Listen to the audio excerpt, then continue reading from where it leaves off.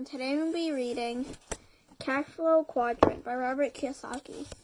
Chapter 4, 3 Kinds of Business Systems. Your goal is to own a system and have people work that system for you. In moving to the B Quadrant, remember that your goal is to own a system and have people work that system for you. You can develop the business system yourself, or you can look for a system to purchase. Think of the system as the bridge that will allow you to cross safely from the left side of the Cashflow Quadrant to the right side. It's your bridge to financial freedom. There are 3 main types of business systems commonly in use today. They are traditional C corporations, where you develop your own system, franchises, where you buy an existing system, network marketing, where you buy into and become part of an existing system. Each business system has its strengths and weaknesses, yet each ultimately does the same thing. If operated properly, each system will provide a steady stream of income without much physical effort on the part of the owner once it's up and running. The problem is getting it up and running. In 1985, when people asked him and me why we were homeless, we simply said, "We're building a business system." It was a business system that was a hybrid of the traditional C corporation and a franchise. As stated before, the B Quadrant requires a knowledge of both systems and people. Our decision to develop our own system meant a lot of hard work. I'd taken this route before, and my company had failed. Although it was successful for years, it suddenly went broke in its 5th year. When success came to us, we weren't ready with an adequate system. Our system began to break down even though we had hard-working people. We felt like we were on a good-sized yacht that had sprung a leak in a location we could not determine. You may lose 2 or 3 companies. When I was in high school, my rich dad told Mike and me that he had nearly lost a company when he was in his 20s. That was the best and worst experience of my life, he said. As much as I hated it, I learned more by repairing it and eventually turning it into a huge success. Knowing that I was contemplating starting my own company, Rich Dad said to me, You may lose 2 or 3 companies before you build a successful one that lasts. He was training Mike to take over his empire, but because my dad was a government employee, I wasn't going to inherit an empire. I had to build my own. Success is a poor teacher. Success is a poor teacher, Rich Dad always said.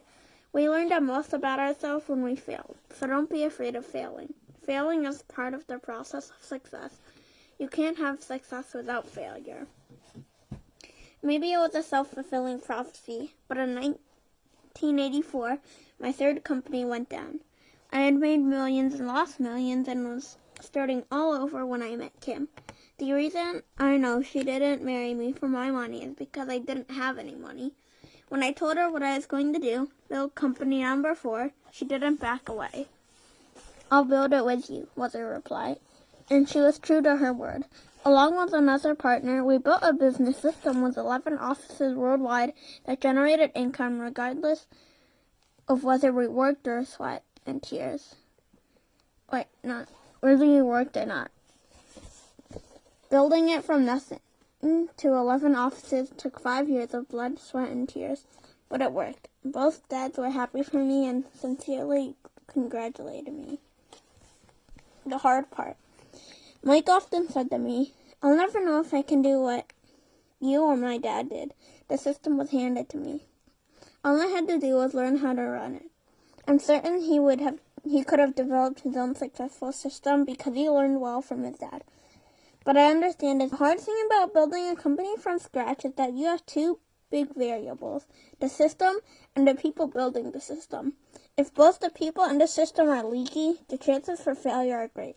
Sometimes it's hard to know whether the problem is for the person or the system that is failing. Before franchises. When my rich dad began teaching me about becoming a B, there was only one kind of business, big business. A major corporation that usually dominated the town.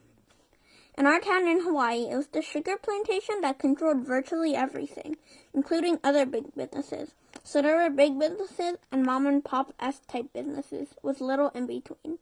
Working at the top levels of those big sugar companies wasn't a realistic goal for people like Rich Dad and me. Minorities such as the Japanese, Chinese, and Hawaiians worked in the field, but were never allowed in the boardroom. So Rich Dad learned everything he knew simply by trial and error. As I started high school, we began to hear a thing called franchises, but none had come to our little town. We hadn't yet heard about McDonald's, Kentucky Fried Chicken, or Taco Bell. They weren't part of our vocabulary when I was studying with Rich Dad. When we did hear rumors about them, we heard they were illegal, fraudulent scams, and dangerous. Rather than believe the rumors, Rich Dad flew to California to check out franchising for himself. When he returned, all he said was, "Franchises are the wave of the future," and he bought the rights to 2 of them. His wealth skyrocketed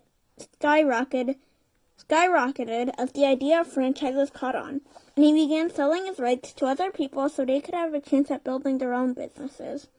When I asked him if I could buy one from him, he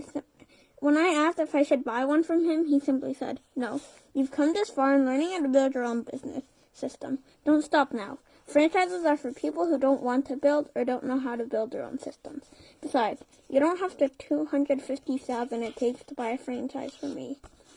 It's hard to imagine today a city without a McDonald's or a Burger King or a Pizza Hut on every corner. Yet there was a time, not too long ago, when they didn't even exist. Okay, I hope you liked that. If you did, please like and subscribe. Bye!